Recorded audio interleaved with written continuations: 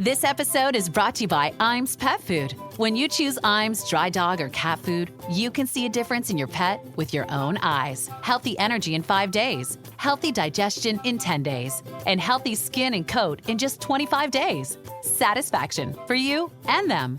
Guaranteed or your money back. Feed Iams dry dog or cat food and see a visible difference. Visit iams.com/difference to learn more.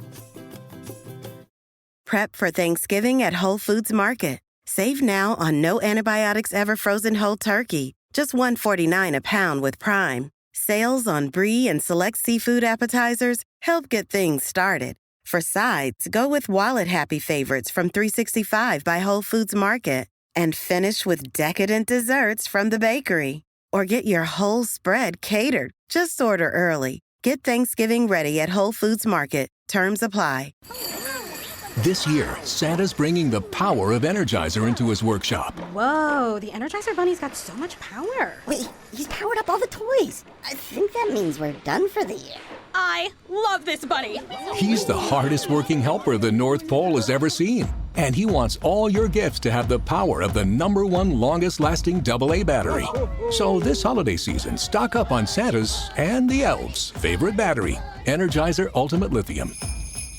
My dad works in B2B marketing. He came by my school for career day and said he was a big ROAS man. Then he told everyone how much he loved calculating his return on ad spend.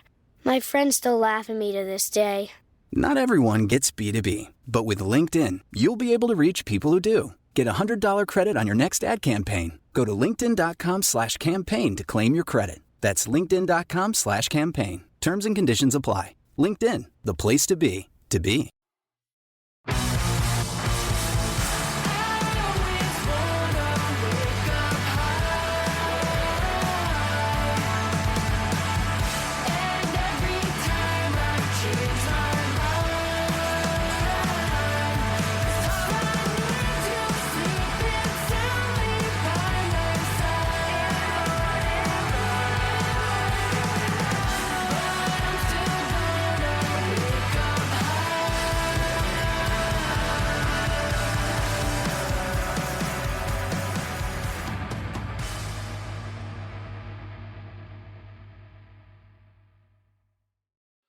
Hello and welcome to Islanders Anxiety from Lighthouse Hockey and the Fans First Sports Network. My name is Dan Saracini. Joining me on this Sunday evening via Zencaster is my friend Michael Leboff. And Mike, last week we asked the Islanders to keep the season alive. And by and large, they did that. They got 5 out of 6 points and are headed out to the West Coast for another sort of make or break week here. But I'm not going to lie to you. The lost point in Saturday night's game against the New Jersey Devils, their most recent game, really left a bad taste in my mouth. And that's really unfortunate because I was hoping for this to be a very positive, uplifting episode, again, with the West Coast trip coming up. But I had to remind myself that, you know what, they got 5 out of 6 points and did pretty well for themselves for the most part before Saturday night. Where are you sitting right now with this team as they head out on their dreaded Western Canada swing here in early November? Yeah, I think you kind of have to work hard for it to get to the 10 bell positivity episode that we were hoping to have with 4 minutes left in that Devils game. But I do think that's the right kind of direction, at least to start with, especially considering where my mind was on Tuesday night when they were playing. That was Tuesday night, right? Against the Penguins? Yes, Monday night? yeah. Tuesday night? Yeah, Tuesday night. When they were playing the Penguins. They obviously came off that loss to the Rangers at the Garden. Looked pretty bleak for them considering the injuries. And they go down 3-1 to the Penguins. I've kind of forgot about it by now, but the offside goal still, I guess we'll talk about it in a little bit. But they're down 3-1 and I'm in Jesus, man, first Tuesday in November and the season's over. I'm going to have to hear 2.5 months of people finding out and trading for Brock Nelson and being like, oh, wow, this Brock Nelson guy's pretty cool with the Islanders. I wonder if, we can flip a 6th-round pick for him. And we'll get to somebody making that argument towards the end of the show. Right, yeah. But mentally preparing for that because that's where I was going. And then the Islanders made us proud. I'd actually turned the game off after the Michael Bunting goal. And you know what it was that made me turn it off? Mm. That was his first goal of the season. Yep. And I was Yeah. like, I I know. couldn't. In my head, I was like, how is nobody bringing up that Michael Bunting doesn't have a goal for this team? In 12, maybe I'm missing it because the Penguins have more issues. But Mm. Kyle Well, we Dubas, were focused on Sidney Crosby needing 3 goals for yeah, 600 and assuming he was going to get a hat trick. He ended up getting 1 in that game, but that's where Bunting right. sort of slipped through the cracks a little bit. And once I heard it was his first of the season, I turned it off. Yeah. And I saw the Islanders had pulled it to 3-2 and then 3-3, and I didn't turn it back on because I obviously was part of the problem that night. But yeah, I mean, before they came back in that game, I was really, my mind was going months and months down the line here and Mm. lamenting how long it's going to be until there's another meaningful game. What does this mean for the, the front office is going to have to change. Hopefully that doesn't mean Wag has to go because he's not whoever's news come. I mean, I have like a full regime in. I already had pictured all the jokes made on Twitter for next September when a couple Islanders show up to training camp sporting a beard.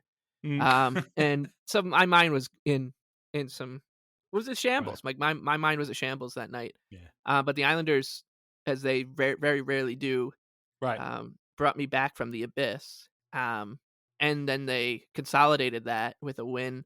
I thought you put it perfectly in our group chat, just calling it a normal hockey game. Mm. Their first of the season. I mean, even that win against Colorado wasn't normal at all. I mean, Cale Makar passed the puck to Brock Nelson a couple times, which is not normal. So yeah, their only normal game of the year ends in a win, and then they're up 3-1 against the Devils, and it really did feel like for the first time this season, the Islanders had a good week. Yeah. Then it went away, and you're in this weird spot. Like, it's very complicated, and we'll try to sort through it all. But there's really like 3 different things going on, right? The immediate term was they blew another lead. The kind of medium term picture was they just went 3-1-1 without Barzal, Riley, Romanov, Pellick, etc. They got points in every game this week. We probably both would have signed up for a 2-0-1 week before it started. But then there's also the big picture, which of the season, or I could just say like the semi big picture before we get to the big picture. The semi big picture of the season is they keep doing this shit, like they keep blowing leads, so that kind of pulls you back in the other direction.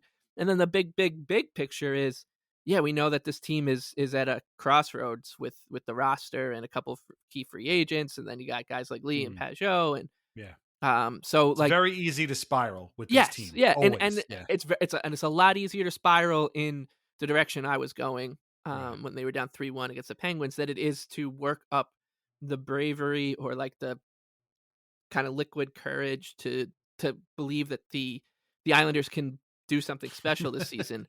So where I am is I'm back in Islander purgatory, which is just keep the season alive. You're going out west for 2 weeks. Not gonna. It's like I always joke around that these West Coast trips, whether they're the Western Canadian swing or the one through California, it's kind of like back in the age of exploration where you'd be like, yep, there's Johnny. He signed up to be go on Amerigo Vespucci's ship. We might never see him again, right? But if we do, we'll toast him and celebrate and whatever. But that's how it feels with these guys. Like we're sending them off to Western Canada, and they'll come back, and the season will either still be churning along, or maybe there's some positivity to it. Maybe they found land out there in Western Canada, or they're gonna come home and the season's gonna be over, and that they're all very possible at this moment. So yeah. And I derived all of that from the Islanders' 3 games this week. So yeah, that's the life of an Islander fan right now. You're being pulled in across to different continents of anxiety. It's pretty daunting stuff. Yeah. I was actually in that, and I totally get the purgatory feeling, and we'll talk about that in a few minutes. But I was actually in a very positive mood after that game against the Senators, which we'll talk about again soon, the normal one. And I found myself looking at the standings way, way, way too early in the season for anybody to be looking at the standings. We're talking about 15 games in right now. And I was thinking, man, if they beat the Devils on Saturday and the Leafs lose, then they're like tied with the Leafs in points. I think they would have been one behind the Rangers if the Rangers had lost. And I had sort of built in my head the conversation that we would be having now about like, hey, you know what? As much as hand wringing as we were earlier, turns out they're really very much in the thick of it with the teams that are expected to be much better than them. However, that one lost point caused the bottom to fall out from them. And yeah, they're fifth in the Metro right now, which is better than being in last place, which I think they were when we talked last time. But they're 4 points behind the Rangers. They're 5 points behind the Leafs. They're 7 points out of first place. So the Devils, of course, have 2 more games played than just about everybody else in the league. So it's a much more dark picture now than it was in my head during the day on Friday. Like I was thinking, oh man, this actually could be really cool. You went through the inverse of what I went through on Tuesday. You went through the 48 hours later, and that's a great point to show just what a 2-game winning streak can do to a fan and a fan base. Right. And that's what we've been asking these guys to do all season. Make us suckers for believing. Like we will. Right. All it takes is a 2-game winning streak against the Penguins and the Senators, and we're back in. Like, right. We're not asking you to go discover new land. We're literally we're just asking you to win 2 hockey games in a row from time to time, and they were able to do it. And I was right there with you on Thursday night. That was the first time this season the Islanders had won a game on the same night the Rangers lost, and I believe it only happened like 5 times last year. I mean, it's crazy. Yeah.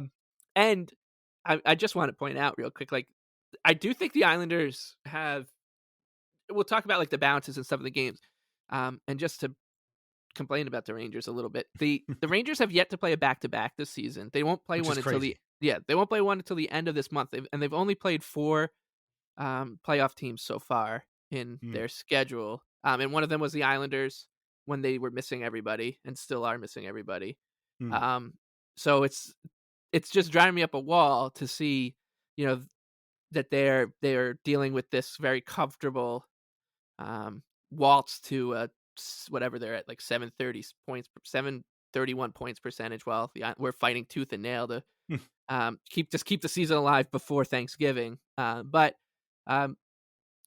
I don't think it is too early to look at the standings, because it's never too early to look at the standings with this team. That's the point. Is like, I'm already trying to poke around and figure out a path for the Islanders, because the Hurricanes are super annoying again.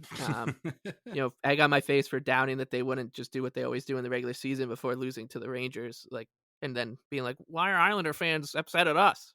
And then the Devils are doing what they're doing. The Capitals are off to a thrilling start, and the Rangers are, doing what they're doing. So there's already 4 spots spoken for in the Metro, which means the Islanders are really in the Atlantic Division for the time being, and jostling with the Bruins and the Lightning and the Sabres and the Senators and the Red Wings. Like, they're in the Atlantic right now, until further notice, until they bridge the gap. So that's where I'm at too, right? Like, that's not normal. They make you do things that aren't normal and think things that aren't normal, especially early in the season. Like, I shouldn't be covering up the Islanders' name in the Metro Division part of standings and like trying to imagine it in the Atlantic, but that's where we're at already, 15 games into a bloody season. Yeah, it's been a lot already, and again, we are only 15 games in, so we have a lot to discuss. We're going to talk about the West Coast swing. We're going to talk about some new goings on at UBS Arena that are pretty cool, and we'll find some time to rag on one of our favorite targets a little bit later. Before we dive into all of that, reminder that we are on Patreon. Patreon.com/IslandersAnxiety. Membership gets you ad-free episodes, bonus podcasts, written posts, and a whole lot more. Or you can join for free to get announcements and our weekly release calendar. And I got a whole thing about the calendar coming up later on. So sign up today, patreon.com/IslandersAnxiety. Okay, we've danced around it. We didn't really talk about it. Why don't we just start with that Devils game, because it's kind of fresh in our minds, and I'm still mad about it, to be blunt. I've been mad about it all day. 4-3 overtime loss to the Devils at UBS Arena, where the Islanders just simply refused to actually win a game in a normal way. They've only done it again a couple of times this year, and this was really kind of a microcosm of a lot of things. I've seen some people, some friends of mine, say that they weren't that mad about this one. They got a point. They were going into it with sort of low expectations. The guys, they're still dealing with a lot of injuries. Barzell, Pelech, Riley, Romanov wasn't playing, and I get all that, but I could still easily be mad about this game because this is the same bullshit that we've been dealing with now for 2+ seasons. These guys are veteran professional players, and yet somehow have still decided that they cannot, will not, and will never, ever, ever again hold a lead in any way, shape, or form. And it is beyond tiresome at this point. And I hate that it still happens, and they deserve zero benefit of any doubt because it's under 2 coaches now that and no lead is safe. And in this case, it was a sloppy game in the beginning. Simon Holmstrom scores this in his 2nd straight game. This guy only scores bangers. It was really kind of a funny thing. Had juked Jacob Markstrom out of his pants and dipsy doodled them and scored. The Devils had all the shots, but it wasn't like a dominating period. It was pretty even back and forth. Second period, though, was all Devils. And Jack Hughes, of course, ties this game on the power play.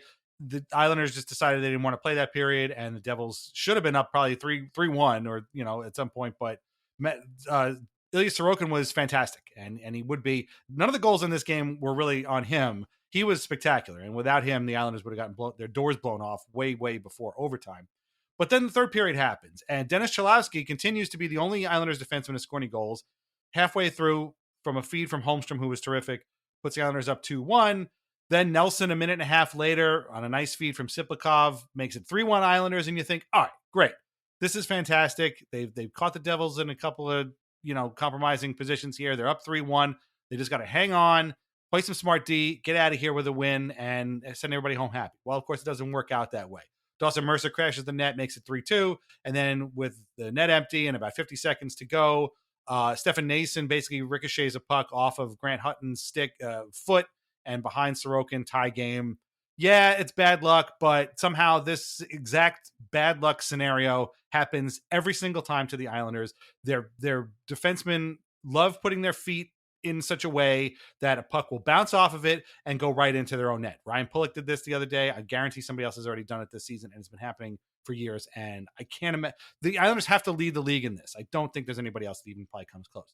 They go to overtime. They have a bunch of chances. Nelson, Holmstrom, and Isaiah George, who made his debut this week. We'll talk about him a little bit later too, and has been really, really, really well, played very, very well all week long. Patrick Waugh obviously loves him. He keeps getting more and more ice time every game.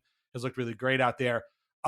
George makes this fantastic power move, doesn't score, but the puck finds its way to Jack Hughes, who was literally by himself on the other side of the ice, waltzes in, and he scores against Sorokin. Game over. I immediately turned the game off. I was so mad. I had to take like a deep breath before I could even write the notes for this game that I just read off to everybody. And I hate this. I hate the fact that they can't win at home. I hate the fact that Jack Hughes keeps doing this shit to them. I know he's great. I just want somebody to just turn this guy's face into hamburger. I'm sorry. I know that's a very unhospitable thing to say, but I can't stand this guy and the way he's the new Yager. He's the new Lemieux. He's the new Crosby. Like, this guy just victimizes the Islanders at all times, and it just does it in such an effortless way that you're like, can somebody do something about this, please? Because I'm tired of watching this. And the fact that they blew another lead and the fact that they can't win at home just adds up and adds up and adds up to the point where, again, I knew that they had a good week, but this just really pissed me off, and it left a really, really bad taste in my mouth. The only thing that I took away from it that I actually kind of appreciated was, Patrick Waugh said he was disappointed in how it turned out. We didn't get the whole. He did say there was a good team over there, but we didn't get the whole like, oh, I thought we played well. They played pretty poorly for 2 periods, and it was a disappointing ending. And when somebody asked him, about confidence, and he's like, it's all about playing with confidence.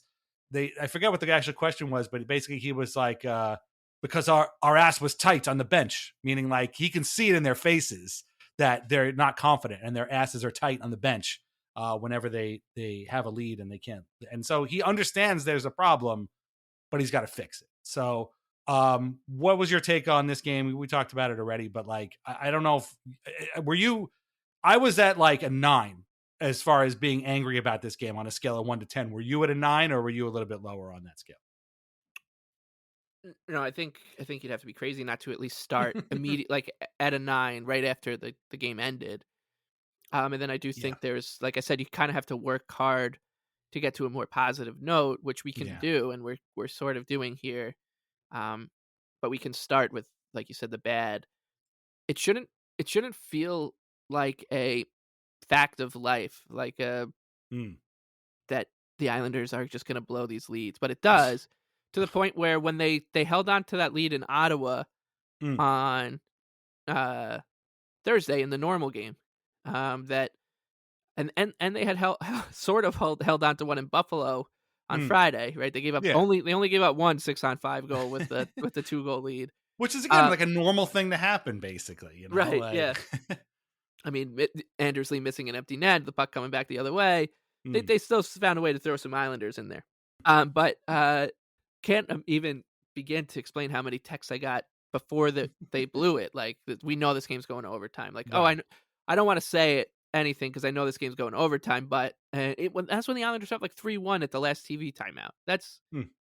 not normal. The team is not making you think rationally. But it feels so normal that this Mm. team does this, that you can't, like, I'm sure it's with the players too. Like, why Yeah. would they think any different from us? That if you're whoever, if you're Matt Martin, you're not getting back out on the ice for the last 4 minutes, and you watch this happen. What are you gonna feel inside? Like, sure, you'll be pissed off just like us, but you're so used to it at this point, it doesn't feel bizarre. So that Mm. when the hockey meme accounts all start poking fun at it, I'm like, well, they did this already 4 times this season, so I'm totally used to this kind of abuse and banter. Um, it doesn't make it hurt any less and make you less mad, but I am used to it at this point, which it's something that you shouldn't be used to. It's the same Mm. thing with the penalty kill. Yeah. Um, Exactly, actually, the, yeah. they went 1 for 3. Excuse me, the Senators went 1 for 3 against the Islanders on Thursday night, and when Brendan Burke noted that, I was like, oh yeah, they had a good night on the penalty kill against the Senators, because he had noted that against the Devils when the Devils were on their second power play. Right. And then I realized that is so fucked that I think that way, because that's a 67% penalty kill. And lo and behold, they give up a power play goal to the Devils, right? A couple seconds later. Mm. But it shouldn't feel normal. Like, it shouldn't be just a part of the process that the Islanders, they give up a shorthanded goal once a game. They're now 5 straight games where they've given up a shorthanded goal. They've given up a shorthanded goal in 7 of 8 of their last 8 on the year. And this was a team that was, I don't have to remind anyone, the historically bad on the penalty kill last year, and it was a huge point of emphasis to get fixed, and it still hasn't got fixed. And I haven't noticed a damn difference on how they defend 5-on-6 or 4-on-5 this season, despite Doug Huda being swapped out for Tommy Albaline.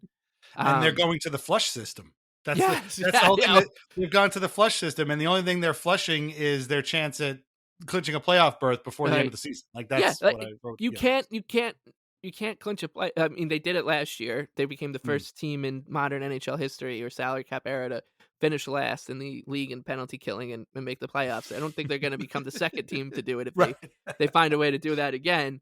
But these are like the things that are really hard to get past, because it ruins the whole joy of watching a game. Not that there is much joy watching the Islanders, no, but the little joy that there is, like, gets squished anytime you see a referee's arm go up, because it's a sense of dread and a sense of we did an episode on horror movies, and I can't remember what the term you used, but I was talking about how I hate that feeling of this was on our Country Club Atmosphere episode on the Patreon, that I hate that feeling of being in suspense, knowing that there's something around the corner that's going to scare the shit out of me, but it's just going to be a slow, drawn out process. With the Islanders, that's the penalty kill. It's the arm goes up, and you know exactly the pit in your stomach. Doesn't matter how many times they win the first face off, they clear it. Maybe they get a couple changes in, but lo and behold, like, Casey Cizikas will flub one at the blue line, and it ends up in the back of the Islanders' net, and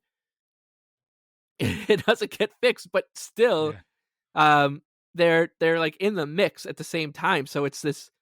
There's no joy in being like, oh, I want to root for this team. I really want to believe in them, but you can't get any like true momentum or optimism out of it if the penalty kill and the 5-on-6 are just going to be absolute Yeah. killers. Like it's a killer. I think it was in the Senators game, but it might have been in the Penguins game that Brian Pullock late in the game just cranked the puck around the boards. It must have been in the Senators game. Yeah, Senators game. I remember. And like Johnny Boychuk used to do this all the time, and I hated when he did it. And now Pullock is doing it, and of course he cranks the puck around, and he just sort of is like has this very sort of self-satisfied, like, "Yep, that was a great play." Meanwhile, who's on the other end of the boards? Guy who plays for Ottawa, and he just sort of stops the puck and picks it up and goes to work. And I'm like, "What are you doing? Why are we doing this?" And like that's what you're saying. There's no joy. Like, I feel like we could devise a power play that could exploit this penalty kill, and we don't know anything. Like, right? And it's because we've seen it 100 times. And the inverse is, I don't know what they're doing. Like you're talking about flush system or whatever. I haven't noticed a damn difference because they're still Butch is like that guy just got a wide open shot in the slot, and he just scored 20 seconds ago. Why isn't somebody picking him up? And Thomas Hickey's like Thomas is such a pro now and knows like how to throw criticism without being too mean at the players, and he's like, he could be a little bit longer with his reach there, and you can just I just want to be like, Thomas, man, like you're on the local regional broadcast, you're not gonna get in trouble with Amazon or the league if you say like just Noah Dobson looks like he's out there searching for cell service, like it's okay at this point. Butch was so close to saying last night against the Devils that they were playing like assholes. He came like maybe 3 or 4 different times. They kept turning the puck over in the neutral zone. Yes, Is it that? Yeah. That was one he took because in the third period he's like, that it's 1-1. They haven't played great, but they just need to stop with the turnovers and get focused and get a couple of goals in. And 2 minutes into the period, they had like 3 or 4 turnovers, and he's like, it's 3 turnovers right here in the first minute, Brendan. I don't understand. 2 minutes in. He's like, close. He just wanted to be like, fuck these guys. They're playing like assholes, Brendan. I don't understand. He was so close. Oh, it's so good. And then the slot thing too. I also remember from the penalty kill too. Yeah. And but this is what I was talking about how you have to work really hard to get to the positivity, right? Because every time we're walking down this game and we're walking through it, I get pulled into a direction. I'm like, that sucks. But there is some positivity to it, which is that the Islanders were able to get a point against a good team with half their decor out. Barzal and Duclair are still out. They're getting. It looks like Simon Holmstrom has found his way into the season a little bit. Yeah. You mentioned Isaiah George. I'm sure we'll kind of expand on him. In a little bit. I thought that. Scott Mayfield's been pretty consistently good all season. I think he's had a couple of. Maybe the Devils game was a little hairy for him. He was terrible against the Devils. But before that, he had been great. Yeah. And like even Pierre Engvall, I think, has been like a little bit better. Oliver Wahlstrom scored a goal. So that was good too. He scored against the Senators a couple of days ago. Dennis, like you said, Chalowski's got the only 2 goals from defensemen. Like there was when you look at the roster and you go, this team got a point against the Devils to cap off a 2-0-1 stretch. And they've now got points in 4 of 5, and they're 3-1-1 without these guys, etc. There is like positivity to come out of it, but you have to like compartmentalize it, which is not fair to the fan experience either. Like it should just be be simple to be a fan, right? It should be simple. We won, we lost, we played well, we didn't. Like these should be kind of binary things. But with this team, it's the exact opposite. You have to devise a quadratic formula to come up with how you're supposed to feel about a game, because if you compartmentalize it, yes, they played pretty well. Just the roster, get good team in the Devils, get a point, played pretty well. Like they went toe to toe with New Jersey at 5-5-5, etc. Right. Sure, but then you're like, but also in the bigger, if we're taking a step back, the penalty kill still sucks. The 5-on-6 still sucks. This is the 4th time already this season, or 5th time this season they've blown a multi-goal lead. Right. They've already can't win at home. They can't win at home. They've already given up 2 5-on-6 goals against the Devils. Right. Stefan Nason scored his 903rd goal against the Islanders in his 207 game career. Right. There's like all this bad too, and I want to be able to give a team, especially the team I root for, a lot of credit for that kind of performance, considering the adversity that they were facing with the injuries, etc. But as we talked about on the last episode, they sort of gave up that right when they didn't score against Alex Lyon or Joel Holfer, and they blew the 3-0 lead game against the Panthers, and they didn't score against the Blue Jackets or the Ducks. Like, so it's still hard to get there. So I'll continue these next two games. What we talk about will be a little bit easier to get to like the positivity, but it's still hard. And as we'll go into later, to do it right before the Western Canadian swing it's ominous, man. That's what sucks about it. It's like, because now you're going into a stretch where you can get the shit kicked out of you, and nobody would notice it. You come back and you just kind of just, like I said, you disappear and you come back and you're just battered and bruised, and everyone's like, "What the happened to the Islanders?" Right. Oh, well, they lost in Vancouver, Seattle, and Calgary. Like, of course they, and I didn't even know. I was asleep the whole time, basically. Right. But yeah, the Islanders are like a prestige cable drama. Like they're they look good sometimes, and there's a lot to like about them because you've seen these people in other stuff, and they've put up good performances. But it always leaves you at the end with this sort of like, I don't know about this, and like, but in that case, you want to tune in more. Like if it's Sopranos or Succession or whatever, they make it so that you want to tune into the next episode. With these guys, it's more like, I don't want to watch this. Like, and obviously if you have tickets for a game, you're like, I don't want to schlep out there and watch this because I feel like I'm going to be left in a very uncomfortable position at the end of it. And I don't like it, much like, except as opposed to when I watch The Sopranos or watch The Wire. Oh, all right. This drama makes me feel alive. It makes me feel invested. In the Islanders, it just makes you feel tired and drained. But yeah, the funny thing was, again, that was Saturday night's game, but the two games before were actually quite uplifting. And again, we have the game against the Senators, which happened on Thursday, a 4-2 win, which was played in a very normal sort of way. It unfolded in a way that games have unfolded for other teams for the longest time. It was 0-0 through the first two periods. The Islanders made it 2-0 in the second period. It was 0-0 through most of the game, but then Bo Horvat behind the net finds Anders Lee with a beautiful behind the back pass, makes it 1-0. And then 30 seconds later, John Gabriel Pajot, who plays against the Senators like, Jack Hughes plays against the Islanders, gets behind the defense, goes top shelf, 2-0. It was great. Okay, this is fantastic. And then you think, well, here comes the inevitable collapse. But no, it was all Islanders early. And like you said, Oliver Wahlstrom had a nice goal. And Matt Martin had kind of a whiff at the net, but ended up being getting to Wahlstrom. And he scores a beautiful goal. And you think, oh, wow, and this is maybe something here. Something's going to work. But then Nick Jensen scores through traffic. It's 3-1. Then it becomes all Senators. Drake Batherson, untouched in front on the power play, makes it 3-2. They're hanging on for dear life. Anton Forsberg gets pulled with about 2.5 to go, but a very timely shot blocked by Scott Mayfield off his foot goes right to Bo Horvat. He hits a 180-foot empty net goal, and the Islanders, go up 4-2 and ride it out. And Semyon Varlamov was great, made 28 saves. Kind of went down awkwardly. Butch was very nervous at that point, but he seemed to be okay. You haven't heard anything since then. They went 0 for 2 on the power play. Like you said, they went 1 for 4 on the PK, which is better than, it's actually for them not bad. Sorry, did I say 0 for 4? I said 0 for 2 on the power play. But it was a totally normal game, and it unfolded in a way that games have for centuries. And it's like, yes, more of this, please. You hang with them, you take a lead. Yeah, maybe they claw back, but ultimately you get the defensive play that you need. You hit the empty net goal, and you get on the bus and you go back to your hotel room and you make everybody happy. Like, that's all we want. This is all we want is in a game like this. And it was good to see. And it was a very weird feeling after this game to be like content and be like, oh, that's what these games are supposed to feel like.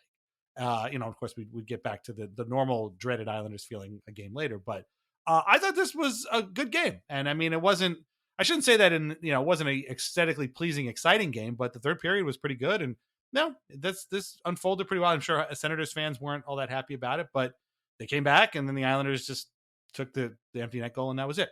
You agreed that this was a normal game, but like, is this like the first two periods of this game were not exciting? Let's just be honest about it. But like once they went up 2-0 or even up 3-0, did you sense that they were going to blow this totally, or did you think that maybe they would hang on and actually walk out with a normal win?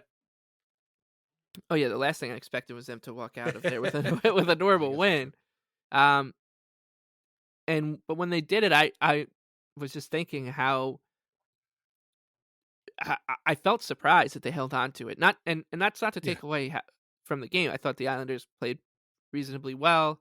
Once again, we Yeah, they didn't play poorly. It was yeah, just a and boring what's game. and we you need to it makes it's it kind of does behoove us to remind just to say it out loud that Grant Hutton and Dennis Cholowski and Isaiah George are playing in these games, and Barzal and Duclair are out. Like that's very important notes to make for all these games, because that's a lot of productivity and minutes Right. out of the lineup. So I thought, yeah, considering the circumstances, like they played well. Like the Horvat Lee Pajot line has been really good since they've Yes. been put together. I think that offers the Islanders some fun flexibility with the lineup. Like it doesn't have to be Horvat Barzell together forever. You gives Patrick Waugh like some creativity when Barzell comes back and Duclair comes back, and be like, oh, like what if we played Barzell Duclair with Holmstrom or Engvall or someone else further down the lineup, and then all of a sudden you have three decent lines together, especially with the way Horvat, Lee, and Pajot. I mean, Pajot has looked like a different player this season. I think Lee has looked like a different player, and I think both of them had really strong games in this one. Horvat was really good. Palmieri's been a beast. He's really just been a beast since the Waugh took over, like the middle of last year. He's been really good. Then, I mean, Siplikov, he took a bad penalty in this one, but he has 14 penalty minutes this season, Siplikov. I think the Islanders are like one of the least penalized teams in the for the sure. league, and Siplikov must account for quite a bit of that. But he's been playing so well that you get mad and you get frustrated, but you'll take the good with the bad, like in this situation. It's not and all due respect to our man Pierre Engvall, it's not Pierre Engvall taking these penalties, although he's been taking some as well. But so like there was enough here to feel pretty good about it. But I just, when they won the game, I felt surprised that they held on. Varlamov was also really good in this, and honestly, like what sucks about the complicated nature of the season already is that we should be focusing on how damn good Ilya Sorokin has been, to start the season. And we can't even do that. It's like a 9th or 10th on the bullet point list because of all the weird shit that's going on and all the walls that they're driving us up. But yeah, like Varlamov was good, and I thought that the whole effort was good, but I hated that after the game I felt surprised that they held on, because I shouldn't. Like you should be like, yeah, that's what normal good NHL teams do. They had a lead in the third period and they held on to it. It shouldn't feel weird and foreign for them to do that. But when you think about it, that was one, like the Sabres game, the Senators game, they held on to leads. And I think the only other one was Colorado, the Avalanche game. So it had been before that the Sabres game, it had been 3 weeks thereabouts since the Islanders had held on to a lead, and it had yet to happen when the Islanders had a 1-goal lead, because that Avalanche game was a blowout. So like the Islanders held on and the Sabres game, like we said, they still gave up the empty net goal. So this was the first tight game that was still kind of in the balance, where the Islanders successfully 100% defended the empty net. It only took till November 7th for them to do that. But and it shouldn't feel that foreign. That's their second one, right? They had one other one, I think, and that was it. Well, the other one was the Sabres game, but they gave up they gave up a goal. They still gave up one. So this was the first time that the other team had an empty net and the Islanders didn't give up a goal against. I mean, the Avalanche pulled their goalie, but like I said, that game was that wasn't in question. This one of a tight game, the Islanders were able to hold on. The Devils scored late. I don't think the Canadians had their goalie pulled when they scored. The Utah Hockey Club scored that late goal after the Islanders scored a late goal. So that's why it feels foreign. It shouldn't feel foreign, but that's why it does. And but they got the 2 points, and when you're in the predicament that they are in, I said to myself, if they win 2 out of, we had asked them before. We had asked of them, I guess, in our last episode, just keep the season alive over these next 3 games. Keep the season alive until the cold, dark days of this Western Canadian swing. And when they won that game against the Senators, I said, that's the win that keeps the season alive, going to Edmonton and Vancouver. Yeah. At the bare minimum, if they beat the Devils, that's gravy on top of keeping. That's how low the expectations are. It's like, oh man, they kept the season alive. I'm really proud of these guys. They kept the season alive on November 7th. But yeah, I mean, it was kind of an enjoyable watch, all things considered. I mean, there still were a lot of things to consider. Yeah, definitely. I have a stat, but I want to talk about the Penguins game first, because to me, this was the most enjoyable game out of all of them, because it was an even more rare game for the Islanders than a normal game, which was a come from behind win. And again, I'm with you. I thought this game was over when Michael Bunting made it 3-1. At that point, they hadn't gotten, I think, outplayed, but again, it was kind of they weren't playing particularly well. I should say that this was Isaiah George's debut. Played very, very well. He started out just a couple of shifts in the beginning, but by the end of it, he was on the ice with about a minute and a half to go with the game tied, which is, says all you need to know about what Patrick Waugh thought about him. But there was a lot of stuff that got missed here.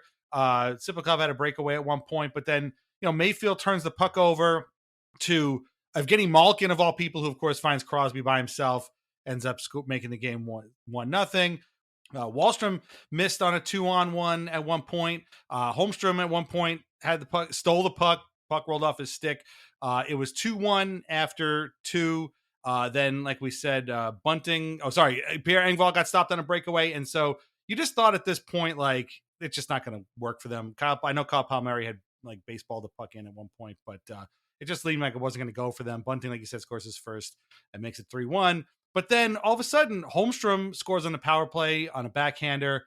Not a typical power play goal, either in execution or the guy doing the executing, but we'll take it. In fact, it's funny because last week I was going to make a whole I didn't even get a chance to go off on a whole thing. I was going to say about get Simon Holmstrom off the power play. I don't like him there. I don't think he wants to be there. He's comfortable there. And then, of course, he goes and scores his super important power play goal.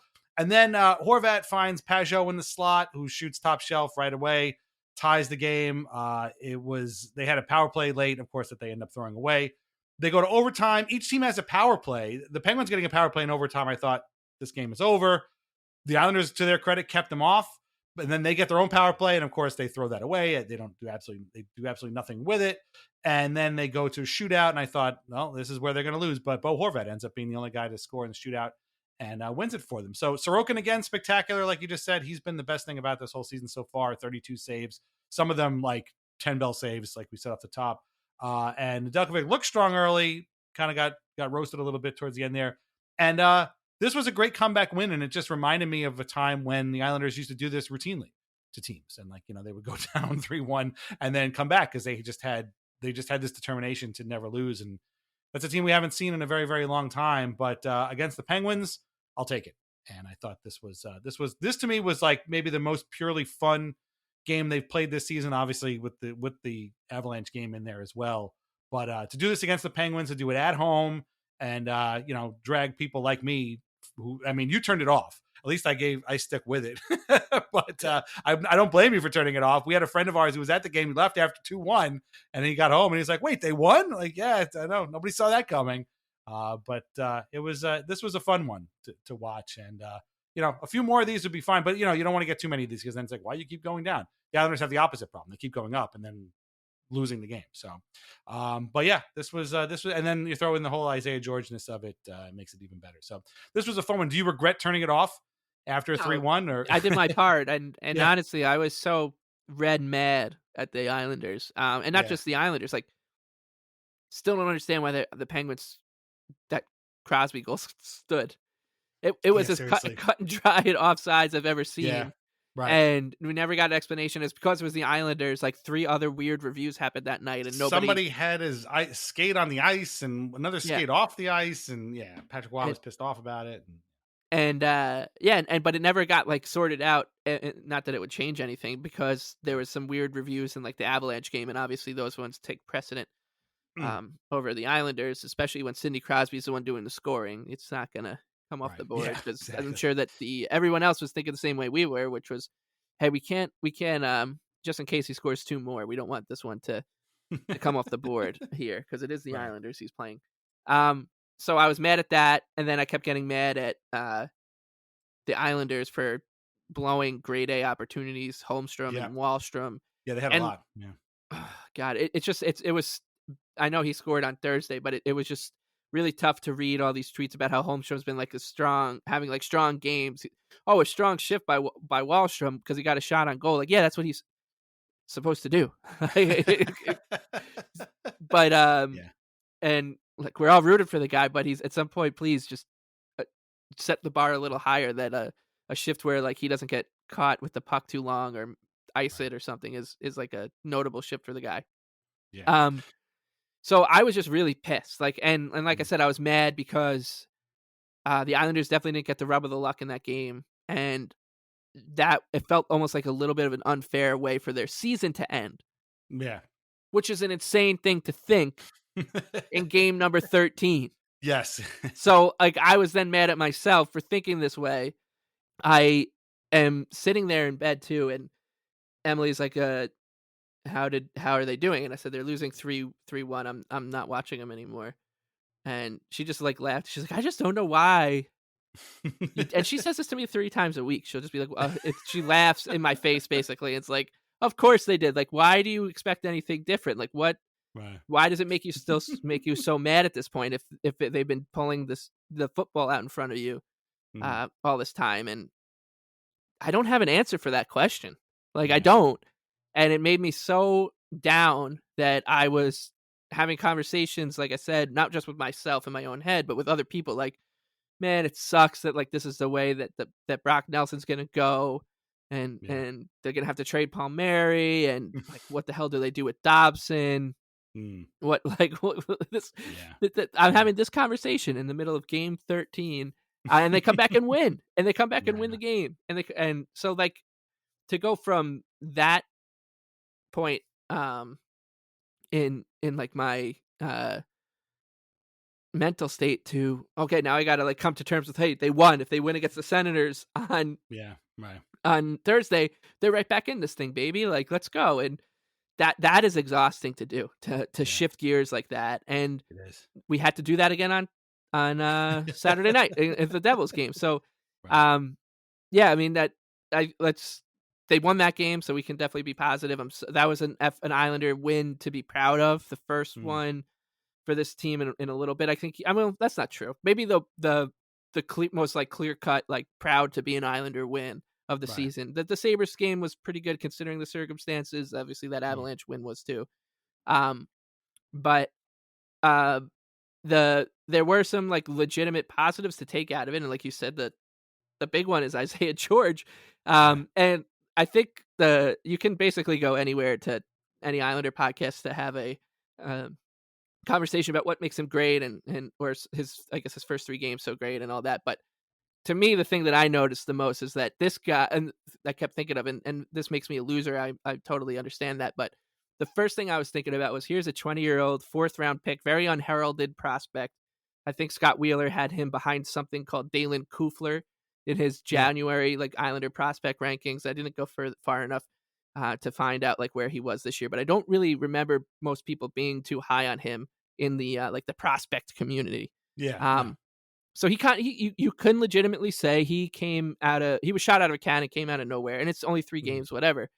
But this Isaiah George character, if he was a Toronto Maple Leaf, oh my God, or hell, if he was playing for the Pittsburgh Penguins, right? Could you imagine the stories that would be written? I mean, I can write them. I can write a satire Isaiah George athletic story as if he was a Maple Leaf in my sleep, because the story is just perfectly made. He's a London, Ontario Knight, 4th round pick, a gem in the draft, but because he's an Islander, like it wasn't. I know he got noted on a couple places, but like it wasn't. Nobody was driving up to the Isaiah George family farm to spend a few days with his family and smell his old hockey jerseys. Yeah, he got a little blurb in 32 Thoughts, and it was nice to see because the Islanders don't usually get that. And of course, it's not much. It's just like, he looks like a player. Yeah, okay. I guess that's true. I guess that's one way to put it. But if he had been a Leaf, he would have gotten that whole big chunk at the top. Like, he wouldn't have just gotten like that. Wow, he looks pretty good. He would have gotten that big old thing, like, you know. One of our favorite Master Leaf theaters ever was the Morgan Riley, Fraser Mitten conversation that Yes. definitely happened in the Maple Leafs dressing room that Luke Fox Jukebox didn't make up, where Morgan Right. Riley's like, "You really love the game, kid, don't you?"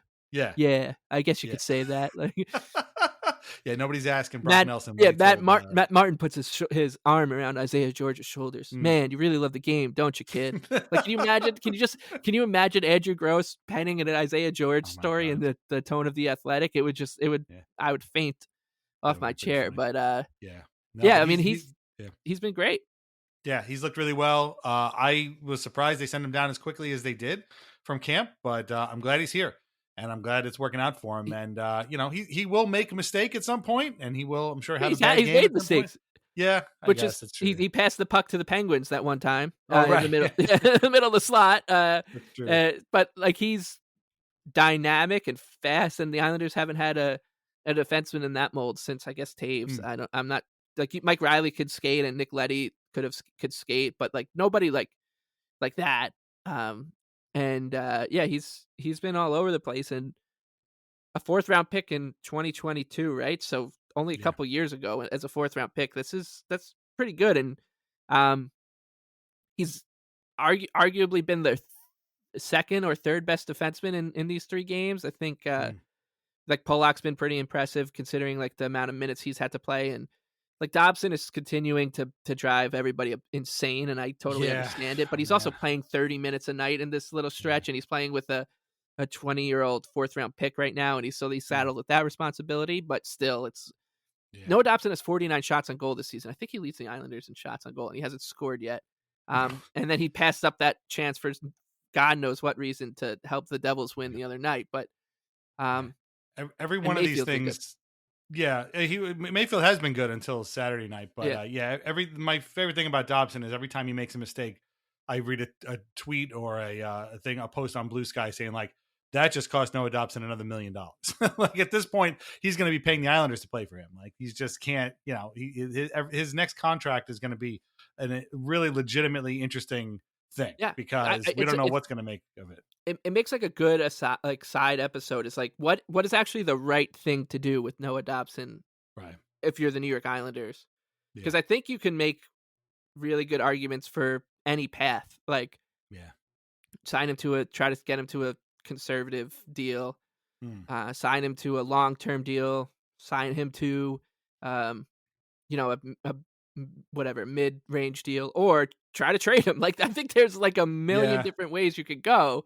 Obviously it's the NHL, so the most likely scenario is they just find a way to make a contract work. But I would listen to any argument about it right now, because I have no idea shift to shift what to expect from him, because there are some shifts where you're like, damn, that was Noah Dobson, like looked like a Norris Trophy defenseman, and then there's other shifts where we talk about him on his phone, or he's passing the puck to Jesper Bratt with a minute left, and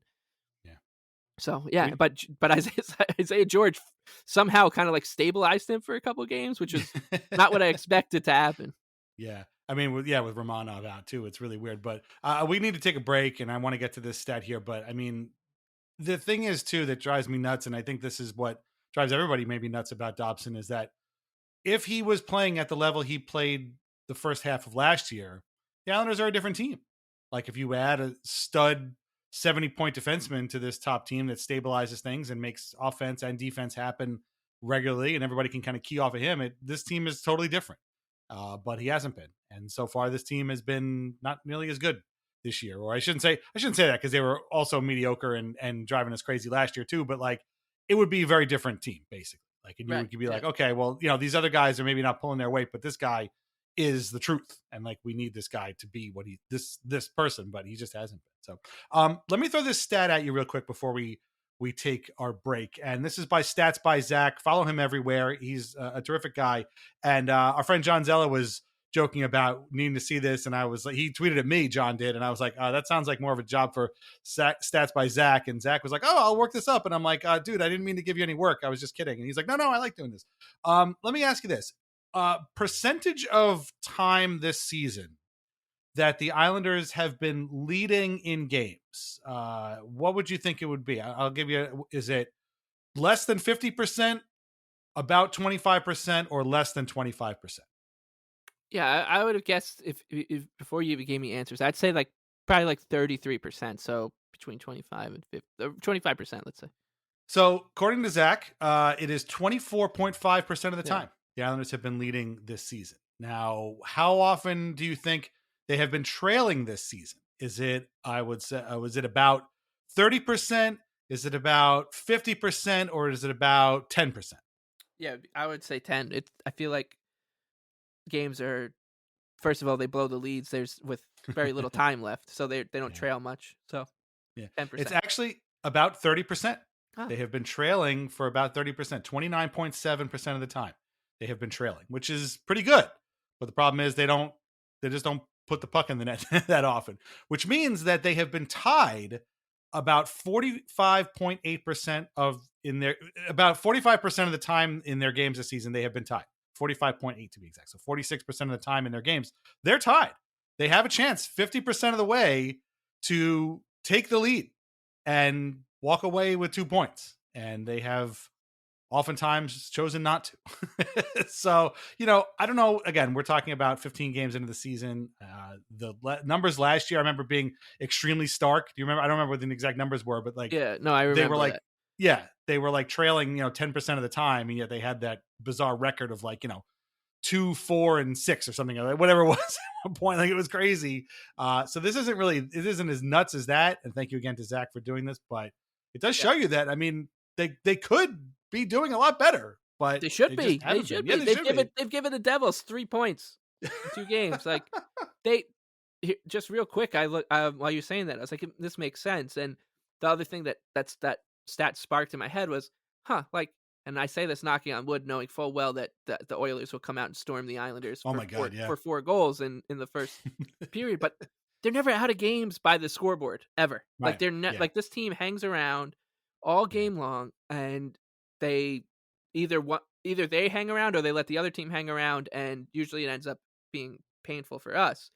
The Islanders lead the NHL according to Natural Stat Trick in time per game where the game is within 1 goal.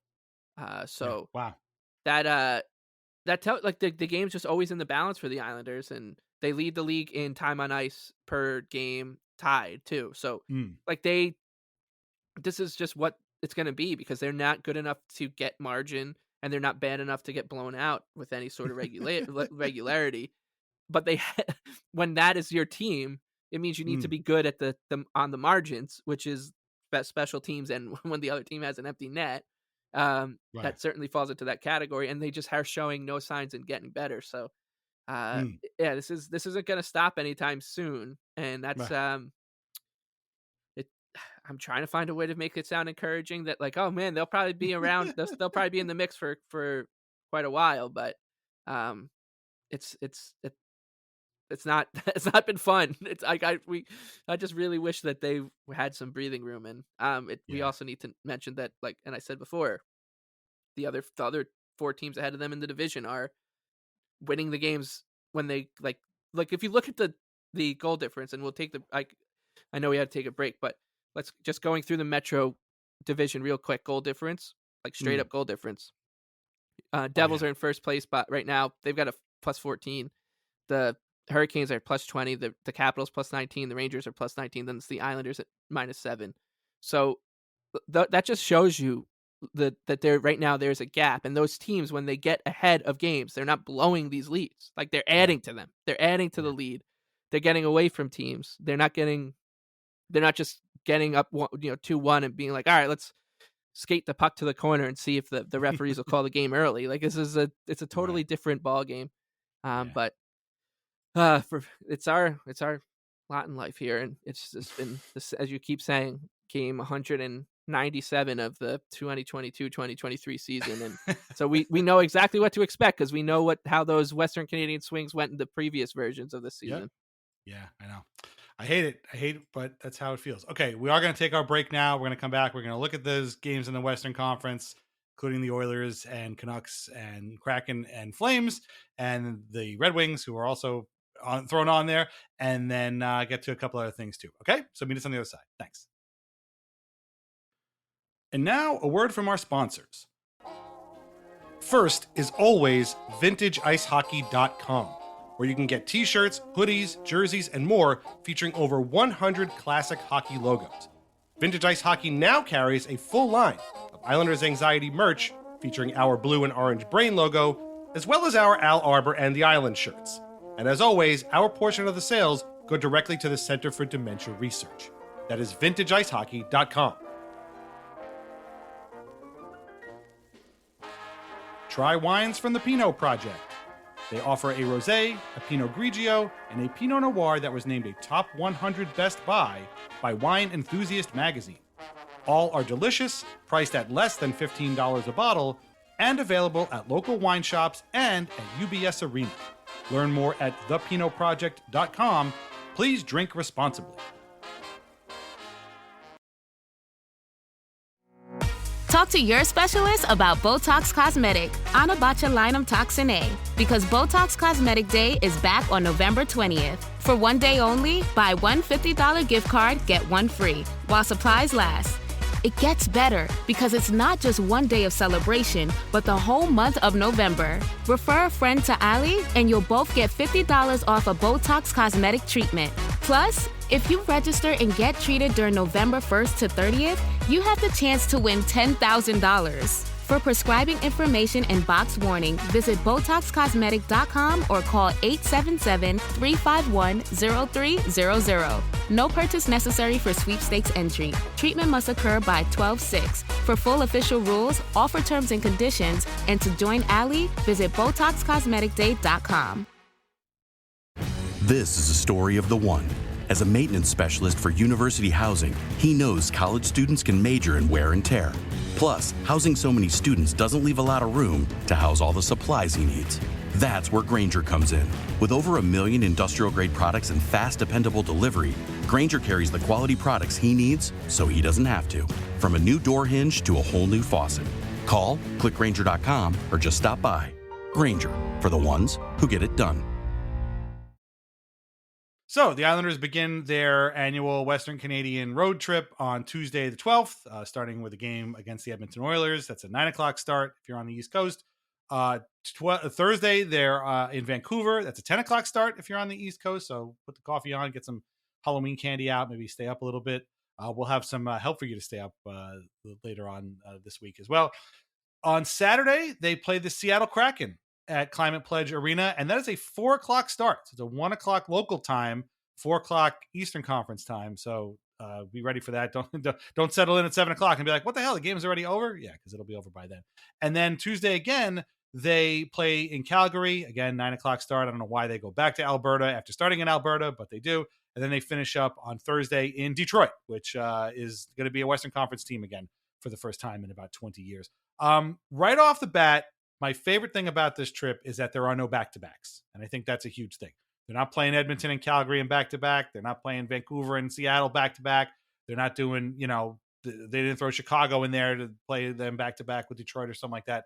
So this has spaced out well for the Islanders that, hopefully they can get the travel in, get their sleep in, and play pretty well. Now, that being said, what is the likelihood that they walk out of this 5-game road trip with a winning record? It's not good. If they go 2-2-1 or 2-1-2, I'll take it. Basically, if they go 3-1-1, hey, even better. Don't come back 0-4-1 like they did last year, right? I think that was how it worked out. So don't do that. But these teams, some of them, the Oilers just blew the Canucks out the building. So they're going to be in a good mood. The Canucks are not going to be in a good mood. Brock Besser is out indefinitely for them, which is not good news. Guess what? The Oilers are having goaltending problems. Could you imagine? Where do we ever see that before? The Kraken are the Kraken. They're not too bad. And the Flames, I don't know. Sometimes they're okay. Sometimes they're not. Generally speaking, I think they'll be not okay. So I think they can get there. And the Islanders played the Red Wings already and got friggin' shut out. So everybody plays the Red Wings and they beat the hell out of them, except for the Islanders who got shut out by them. So they could come home with points here. And they should, but again, trusting this team is kind of a fool's errand for the most part. What do you think they're going to do on this trip out of these 5 games here? Do you think they'll come home with a better than 500 record, or do you think we're looking at a pretty miserable 2-week stretch here? Well, I actually think it could. Like they're the better team in 3 out of the 5 games, I think. And Yeah, I would say so. obviously they're at a travel disadvantage and all that. And actually with the injuries, that might not be the case, but um it it shouldn't be too much for us to ask the Islanders to go get 3 wins Right. from these 5 games, because one of them is the Red Wings. The Right. Flames are not supposed to be very good. They had a spunky start, and the Kraken are, they're right there in like the kind of below average tier too. So Right.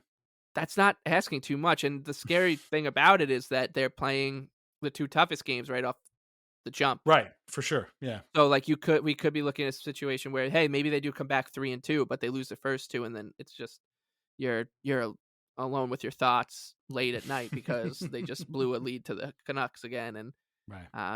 yeah, like you said, like this trip has not been kind to them the past 2 years. Right. So they went 1-2 last year, but 2 of the losses were they got blown out by the Oilers because it was Chris Knobloch's first game, and then Right. Yeah. and then they blew leads to the Flames and the Canucks in pretty excruciating fashion, and lost in overtime in those ones, and then they beat the Kraken in a shootout, or they beat the Flames in a shootout, one way or the other. Yeah. And the season before that, on this trip, they played 4 games. They lost in Seattle. They beat Vancouver, and then they lost to Edmonton and Calgary by a combined score of 8-3. And that started a stretch for the Islanders where they went like 1 or 2 and like 10, basically. And that's what this trip signifies to me more than like their actual results in the on the trip itself. It's more that it usually is something that starts or is part of a pretty ugly stretch, or starts an ugly stretch for the Islanders in the past 2 years. Because last year, when they went out west, it was they had lost 4 in a row to Carolina, which they blew pretty badly. Minnesota, they no-showed. That was the last time Oliver Wahlstrom had scored before the other night. They no-showed against Boston, and then they no-showed against the Capitals, and then they went out there and lost the first 3 games of that trip. So they were on a 7-game losing streak out there. So that's what's so kind of scary about this. But they're going in on a 3-game point streak, so maybe this is where they extend the point streak, and it's the thing that kind of galvanizes the season rather than throws it off its course. And but you have to work, once again, you have to work pretty hard to find the positivity with the Islanders going out there with this current roster the way it is, which against some good teams and coming back in decent shape. But hey, who knows? I mean, teams do this. Like it shouldn't be a Herculean task for the Islanders to go out there and come back with 6 points. So that's what I'm hoping for. 6 points is like the thing that would make me quite pleased. Because if this team could kind of just stay afloat and stay within touching distance of the playoff race in both the division and like the wild card race, and by Thanksgiving, I think it's a pretty big win. Considering the absolute rash of injuries that they've had and the way things have gone. So, and you know what, the one you did mention, the goaltending, like that's the other thing that's working here is like the Islanders, their goaltending has been so good. The goalies deserve so much better than the record that they both have. So even Varlamov, who started the season slow, has been awesome lately. So maybe they steal a game or 2. Yeah, definitely. I mean, they're going to have to, because that's the only way that they're going to get out of here with, I think, again, an above 500 record. And it starts in Edmonton. I mean, it can be done. The Oilers have not really gotten off to a great start, despite having lost in the Stanley Cup final last year. And the Canucks are not quite what they were last year either. And I say that knowing that they're both in better position than the Islanders. Actually, I shouldn't say that, because right now, and I mean, obviously, we got a couple of days to go before they play, but the Oilers have the same 15 points that the Islanders do. The Canucks have 17, the Kraken have 13, and the Flames have 17. So they're all about the same. I mean, neither of these teams, like you said, are really, running away from the Islanders here. And again, the Red Wings, as we've talked about, are not good except when they play the Islanders. So hopefully Islanders can get some revenge there and maybe get their own unlikely shutout, or I should say, unwelcome visitor shutout at Little Caesars Arena there. But can't come home with no points. You got to get points, keep the season alive. And then, oh, by the way, their first home game back is on the 23rd against St. Louis, who they also got shut out by. So this will be fun. Actually, they play Detroit on the 21st, St. Louis on the 23rd, and then Detroit again at home on the 25th. So those are 3 games that the Islanders lost by shutout earlier this season. So they're not going to play those teams again. It's only two teams, obviously. But yeah, please don't get shut out again by these guys. If they want to swap out Dallas, they can get that out of the way too. But we'll have to see. So I do, again, like that there's no back-to-backs here, which is, I think, very helpful for the Islanders. But this trip, I just hate this. I hate the idea that, like, this is our, third make or break week of this season already. Like, come on, really? Can we not have the last ones have been at least in like our time zone, right? So it's been a little bit easier. That's why we were kind of like and this was a theme last year too. Yeah, exactly. Where we were like imploring them to be like, look what's coming around the corner, like beat the Ducks, because then it'll make losing to the Oilers not life or death. Like hold the 3-goal lead against the Panthers, because in a couple of weeks we're going out on this trip, and like I don't want to have to stay up all night because it's essentially an elimination game at 10:30 on a Thursday night. But that's asking too much of this team. That's asking way too much. Like I saw it on Twitter too, like because the For You page assumes I'm the weirdest hockey fan of all time. My favorite teams are the Toronto Maple Leafs, the New York Rangers, the Pittsburgh Penguins, and the New York Islanders. So I get served a lot of tweets from different fan bases that I hate. And there was like the Rangers, I guess, are going on the Western Canadian swing right after the Islanders, or maybe at the same time. And I think it's after, because the Devils are out there right now, actually. Yeah. I think. Right. And there's like a couple fans that were like, oh man, get ready to set like your alarm clocks. It's late night hockey. And another Ranger fan was like, it's just a Saturday night 10 p.m. start is an absolute crime. And all I was thinking was like, do they not realize every team does, like everybody goes out there to play these guys on the East Coast. Like, it's not just the Rangers are, oh, look how brave they are. They're going to go out to Alberta.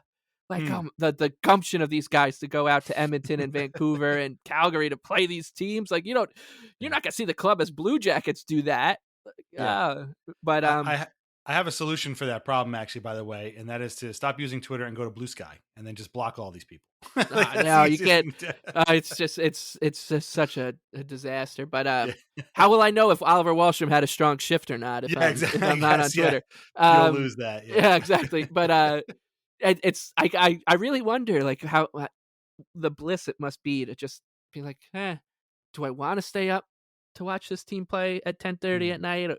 Game doesn't really matter because we're a shoo-in to make the playoffs. We've won like 4 of 6.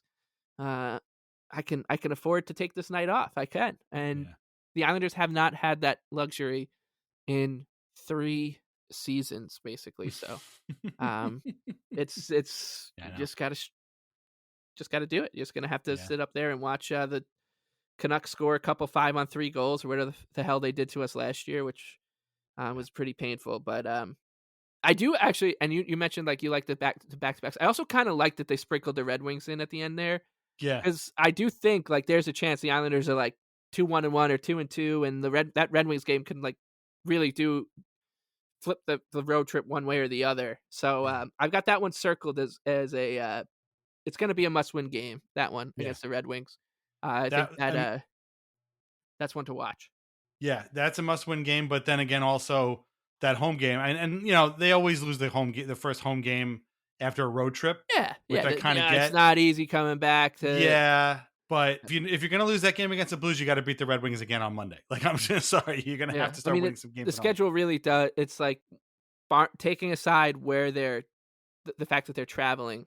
If you just look at after the Oilers and Canucks, you just look at those next 5 games, like Kraken, Flames, Red Wings, Blues, Red Wings. If the Islanders can find a way to squeeze some life out of those first 2 games against the Canucks and Oilers, like there's a chance they go on a run. Like they can, because the next Yeah. 5 opponents are not very good hockey teams. I Right. mean, you can even throw the Bruins on there too with the way that they've gone. True. And then Right. it's Caps who have been really good, Sabres, Canadians, and then the Kraken again. So like there is like a seriously, Yeah. now that I'm looking at it, like there's a road here where the Islanders, if they can find Yeah. a way to squeeze something from the beginning of this trip, like can be pretty. We Yeah. could go into December being like, damn, this team's on a roll. Like where the hell did that come from? But All they have to do is not play like assholes, yeah, which again is apparently too much to ask. As yeah, we've see, seen you got to too work often. really hard to get to the positivity. Yeah, But exactly. it took us an hour and 12 minutes to Yeah. see some light. Well, let's do something positive. Let's talk about something very positive here, because we did get some good news from the Islanders over the week, and that is that the Islanders Hall of Fame is coming back with a brand new addition and a new plaque out front and a whole ring of honor that is being installed in UBS Arena, and they're going to have a ceremony and a showing off of this thing on January 18th against the San Jose Sharks.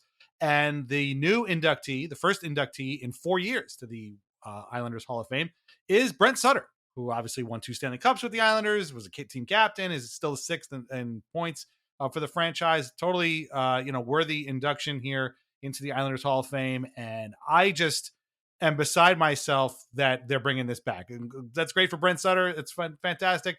But we have talked so often about how this is sort of an underutilized thing. The banner's been up there. The last person they put in was Kenny Janssen, which was in 2020. Kenny, of course, showed up, flew all the way from Sweden wearing his tuxedo. He brought his lovely family with him, and it was a fun time. And then they just stopped doing it. Obviously, yeah, there was a pandemic, and they had other stuff going on. They moved arenas and stuff, but this is a thing that the Islanders really should be doing. And there's certainly enough guys out there that can be added to this Ring of Honor, this Hall of Fame, whatever you want to call it, that have been decorated players for this team. And obviously Brent Sutter is among them. And I'm just glad they're bringing it back. And I can't wait to see who else they add, when else they add it. There's an article at the Islanders website I'll put a link to that has more about this. They talked to Brent Sutter about it. But the thing that grabbed me was they wrote that a committee of well-experienced hockey experts was formed to make the selection. And I'm a little upset that I was not invited. You were not invited. I wish that there was a bit of a fan element to this. I consider us experts in something, the Islanders fan experience, I would say. And I would love to have been a part of this, but I get why. I'm just kidding them. They're not going to reach out to a bunch of podcasters. But I will say this on my public forum right here to whoever is listening, please make sure that one of the next inductees is Chico Resch. I don't know why it's taken this long. I don't know what the holdup is. Chico's at every game doing the Devil's Radio. He's right there. Just give him a damn microphone, put his name on a list, and put the guy in the Islanders Hall of Fame, because they traded him in 1981, and he's still like literally number 2 or 3 on every single Islanders goaltending statistic. That's absurd. And he's also Chico Resch. He's like the nicest man on earth. So let that happen. Thank you, though, for bringing it back. Congratulations to Brent Sutter. And this was just fantastic news. I actually was like, so excited. I had to tell my wife, I'm like, oh my God, they're bringing back the Islanders Hall of Fame. And she's like, what does that even mean? I'm like, yeah. I forget it. Don't even worry about it. But where were you when you heard this news? And what do you make of this? Anybody you would throw into the ring here if they're going to start putting up more guys into this thing? Well, I think it's pretty obvious why they wouldn't tap us. Me especially to be in part of this illustrious committee. It's do we put really in the whole want that? 2017? Yeah, do we really want to hear about like why David Ahlstrom should deserve some consideration to be in the Islanders? Weird Islanders, the podcast. Yeah. Put all those guys in. Yeah, exactly. Yeah, it is great, and you mentioned the gap between Janssen and now, but they had made the Islanders Hall of Fame. I want to say in like 2004. Yeah, when they put Bourne, Flatley, LaFontaine, and I think it was Eddie Westfall, Tonelli or Westfall. Oh, Yeah, Tonelli, I can't remember who it was. I think maybe it was both of them, honestly, and because they hadn't retired Tonelli's number yet. And that was 2004, and it was 16 years between that and Kenny Janssen. I know. Going in, and they had kind of just never mentioned it again. They just were like, "Oh, we raised that banner," and it was in the rafters at Nassau Coliseum forever, and it was the type of thing where if you weren't a fan in 2004, you probably had no idea how that happened and why, how it kind of just disappeared, but it did. And like you said, there are some worthy players out there. I mean, like you can make a pretty good list of dynasty stars that should be Mm, in the Islanders Hall of Fame or sure. Well, Ziggy um, Palffy Ziggy. amongst Yeah, the yeah, number one Ziggy, on of yeah, course. Like, I mean, you can go into those 2000s eras too, and right. find some guys. Like I could hear a case for a lot of players from that era, and it just went away. So like to see it pop back up again, I was like, oh, that's kind of peculiar. And I was like, wait a minute, like, is this the same one? Are there how many Hall Right. of Fames do we have now?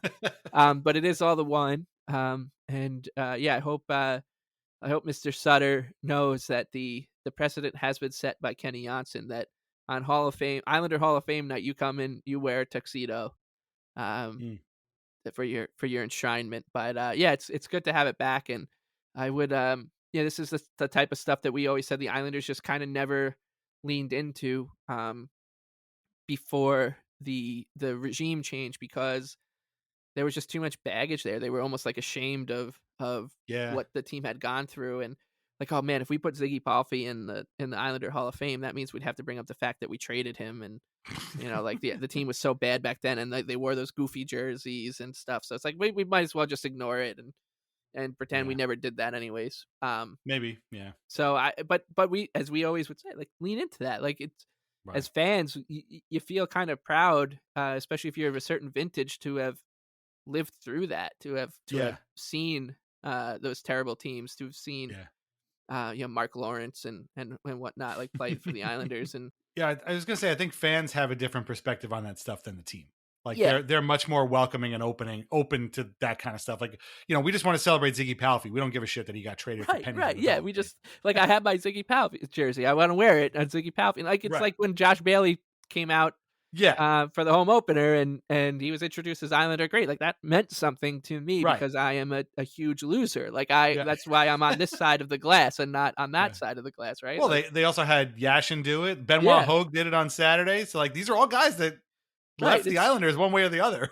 Just do it. I mean, Yeah. fucking Yasha got bought out. Like, it's Seriously.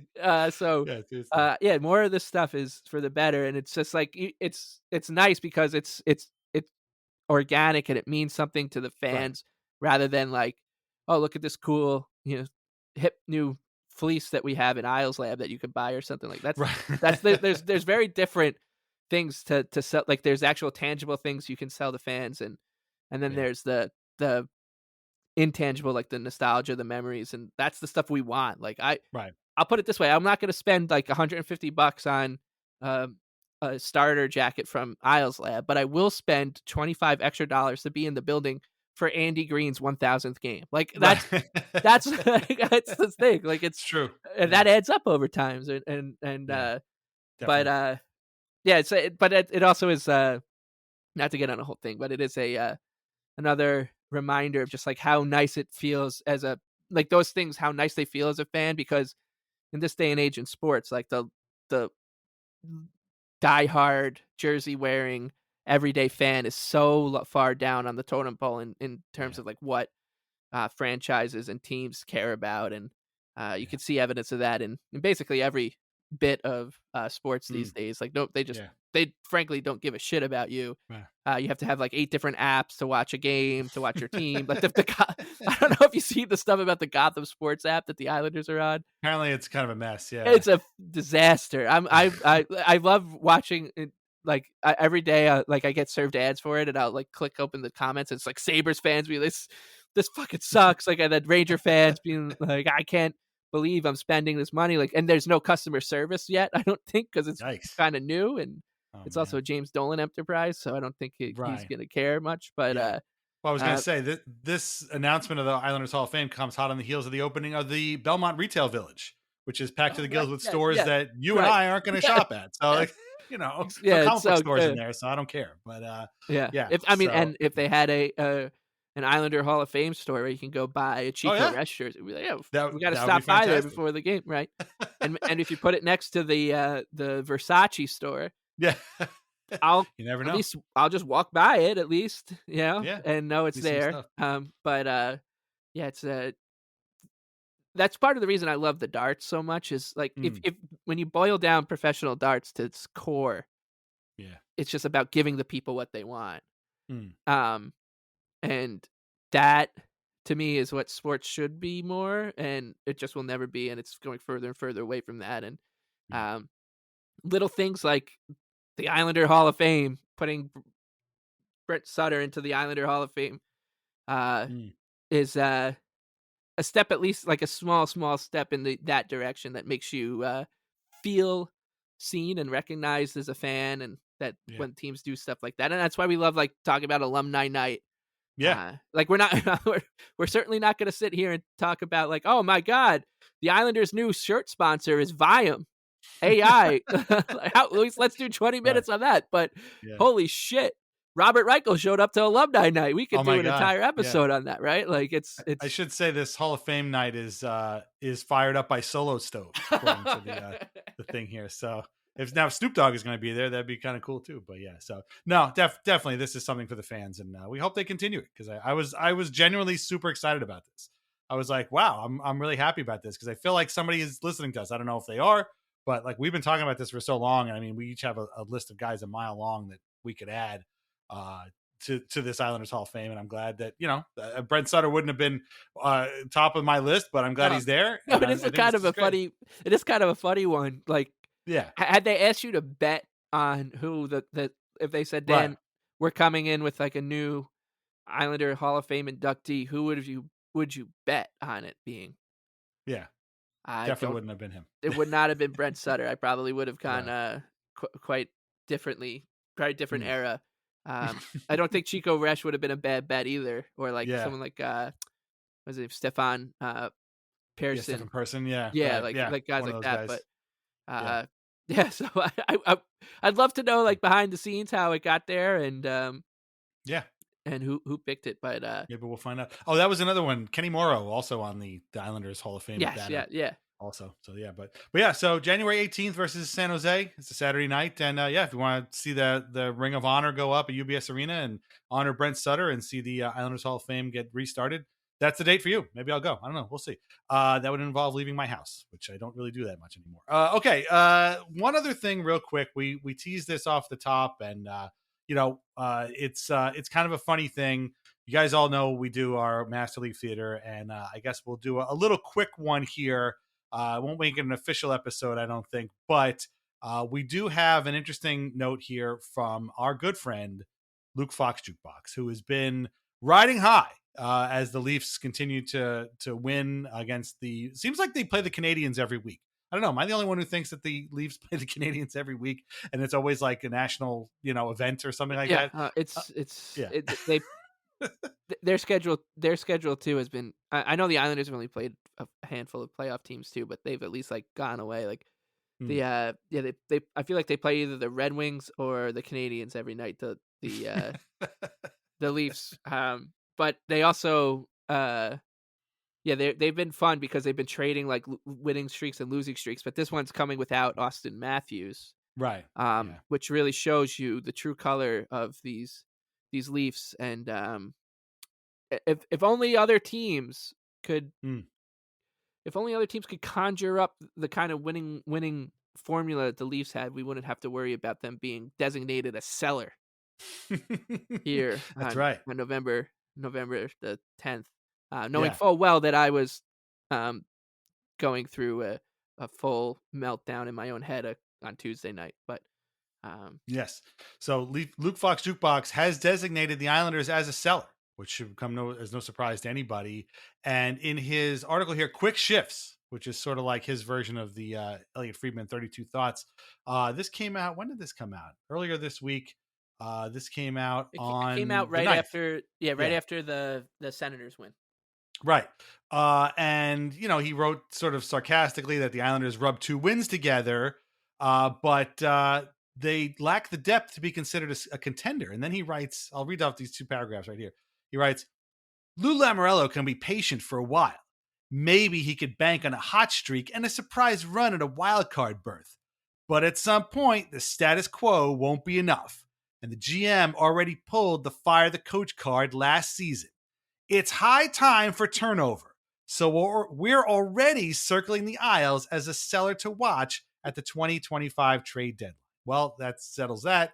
Luke Fox has decided the Islanders are a seller, so there's no coming back from this this placement here. But I just want to read the last part, which is really where he gets the knife out and twists it a little bit more into the side of the Islanders, where he writes, "Surely it must be sinking in that their chances to win a Stanley Cup are shrinking and may never be realized if they remain on Long Island, where Lou Lamoriello has spent to the cap on a fading roster that is working hard to be middle of the pack." Ouch, Luke Fox jukebox. Wow, that's those are pretty harsh words. And I was gonna say something basically being like, this is sort of the fans' lament, and this is where we all sort of become George Costanza, where it's like, I can make fun of my team. I could sit here all day. I mean, some might say we even have an entire podcast of over 300 episodes where we just basically shit on the Islanders every single week. And people say to us, hey, you guys are doing a great job. But if somebody else was to shit on the Islanders and call them sellers and working hard to be middle of the pack, well, you know what, pal? Go fuck yourself. That's all I gotta say. So I just find it kind of funny. I don't know if that anybody else feels the same way. Like, you can't make fun of my team. Only I can make fun of my team. It's anyway, you were the one who pointed this out to me, so thank you very much. Yeah, well, because I was, the Islanders had just won on Thursday night, and then this came out on Friday morning, and or Saturday morning, and I was like, oh man, I thought the Islanders were back in this thing, and now I mean, if Luke Fox jukebox is pulling the chute, right? Yeah, there's no reason to even get up in the morning, and that's fine. But I think it's so great because if you know that a national, or in this case a Toronto writer is writing about the New York Islanders, when you see the words status quo in the copy, because the Islanders, they just like, hey, the Islanders have this guy Brock Nelson, like, can you write a blurb about like how maybe like he's someone to keep in mind? Luke, sure, yeah, of course. Like, I can just write the same bit of prose that everybody's been writing about this team at these various outlets for the last 4 years, and I'll put my own Luke Fox jukeboxian spin on it by saying he already pulled the fire the coach card last season. And he mentions like Nelson, Lee, and Palmieri that they must have come to grips with their mortality on Long Island. Very, very like existential from Luke Fox jukebox here, and on behalf of three strangers, knowing full well that these guys they're going to work every day saying, guys, I don't know how much more time left I have here, because my chances to win the cup is shrinking. But saying all that, like, yep, the Islanders are certainly working hard to be middle of the pack right now, but honestly, if they can continue to do that for the next little while, that is a huge win, because as Luke Fox jukebox fails to mention in this blurb, and once again, as someone who as recently as a couple weeks ago worked in sports media, I know that word counts are a thing. So you can't go too far down the line with these things. But he does fail to mention that the Islanders are missing Matt Barzal, Anthony Duclair, Adam Pelech, Mike Riley, and Alexander Romanov at the time. So maybe, just maybe, they've had some rotten luck that has played a part in the reason that they are sitting as a middle of the pack team right now. And hell, if they come back from this Western Canadian swing plus Detroit. By the way, why does everyone in Canada say Detroit? I don't know. Yeah, the way Friedman says it is really it's not Detroit. Just him. They say it on the Real Kipper and Bourne show too, but when I watch broadcasts, I'm like, they're saying Detroit, and it's the Detroit Red Wings. Like, you've heard the words Detroit. If you work in hockey, you've heard the words Detroit Red Wings, especially if you're of my age or your age or Friege's age or anybody else. Like, the Detroit Red Wings are a pretty fucking big deal. It's not Detroit, it's Detroit. And it's very strange. Very, very, very, very strange. I don't know if I thought it was like a bit, but then I started hearing other people do it. And what's going on here? I think Elliot has explained why he says it that way, but I don't know about everybody else. Like, why it's very strange. Yeah, really weird. And I've completely lost my my train of thought there on that little aside. But the point is that, maybe, just maybe, they come back and all of a sudden they're not a seller anymore in Luke Fox Jukebox's eyes. Maybe he'll notice that they had a strong, surprising swing despite missing half their top 6 and their best player and their free agent acquisition. But I will not hold my breath for anyone to notice that if that is what ends up happening. Meanwhile, if the Leafs were missing 5 regulars out of their lineup and trying to, quote unquote, scrape 2 wins together here and there, Luke Fox would want them designated as like a Canadian national landmark. We'd have to no, everybody keep your hands off the Leafs, stay back. We have to have them be trailed by Mounties everywhere they go. Because we can't have anybody touching the Leafs. But no, I can't imagine. And here's the thing: if the Islanders do string a bunch of wins together and do hang around, he might be like, maybe there's something going on down there. No, that Brock Nelson guy is pretty good. Right. We got it. Well, maybe his price went up a little bit. It might just be. It might cost the Leafs David Kampf now. Yeah. Well, that was the other thing too, and we'll wrap this up soon. But this to me was my interpretation of this was Luke Fox basically greasing the skids for Brock Nelson or Kyle Palmieri to get traded, or both of them to get traded to the Leafs at one point, because we don't know how long Matthews is going to be out. He was playing kind of weird before that. Maybe he might have been hurt before because he hadn't really kind of looked like Austin Matthews yet this season. And replacing Austin Matthews with Brock Nelson, probably not a bad idea for them. And so he probably noticed that and was like, I wonder what it's going to take. And definitely David Kampf and a 3rd round pick for Brock Nelson. I think in Luke Fox's mind is fair. I don't want this to happen, but there is like some morbid curiosity to peek around the league and see what people think Brock Nelson is worth in this situation. Oh yeah. Probably quite a bit, he's been the Islanders' 3rd line center for 10 years. He was playing with Pekka, right? Right, yeah. That's the kid out of North Dakota, right? Yeah. The kid has got 6 kids. He's 35 years old. Anyway. We'll see. I think Lou will probably say, if we trade Brent Burns or someone who's over 36, right? Yeah, right. For the kid, for the kid Brock. Maybe, Shea Weber just got elected into the Hall of Fame, and I think his contract is still owned by the Coyotes. So maybe Lou will take something like that, for Brock Nelson. We'll have to see. But anyway, we thought this was kind of funny. Okay, real quick breaking news before I wrap this up. So the Devils, while we've been talking, have been playing San Jose. I misspoke before. I thought they were out in the West Coast. They actually were here in Jersey. And the Devils lost 1-0 to the Sharks on essentially an own goal by Timo Meier. And Mackenzie Blackwood comes back to New Jersey, makes 44 saves for a 1-0 loss there for the Devils. So that's probably worse than losing 1-0 to the Red Wings and Alex Lyon. But anyway, there you go. Meanwhile, one night earlier, the Islanders couldn't stop the Devils from tying the game and eventually taking an overtime. So there you go. If I'm the Devils, I'm definitely blaming Iron Maiden, who were at Prudential Center on Saturday night. And when I found that out, I was like, I could have been to that concert. Instead, I was home watching the Islanders blow another lead. So there you go. Thank you, Sharks. That's pretty cool. I'm going to have to go back and watch the replay of that. Okay. Real quick, before we wrap this up, thank you very much for listening. We'll obviously be back next week with a brand new episode. Couple things going on this week as far as releases go. So this episode is out today for everybody. On Wednesday, we're going to put out the call for questions for November's monthly mailbag, exclusive for the Patreon. That episode is going to come out on Friday. We're going to record the mailbag episode before the Islanders-Canucks game on Thursday. So if you want to ask a question, get on over to the Patreon, sign up for the Country Club tier. You can ask us a question starting on Wednesday, and then again, Thursday, we're going to record it, and then that episode comes out Friday. However, on Thursday, we have a brand new episode of Weird Islanders, the podcast.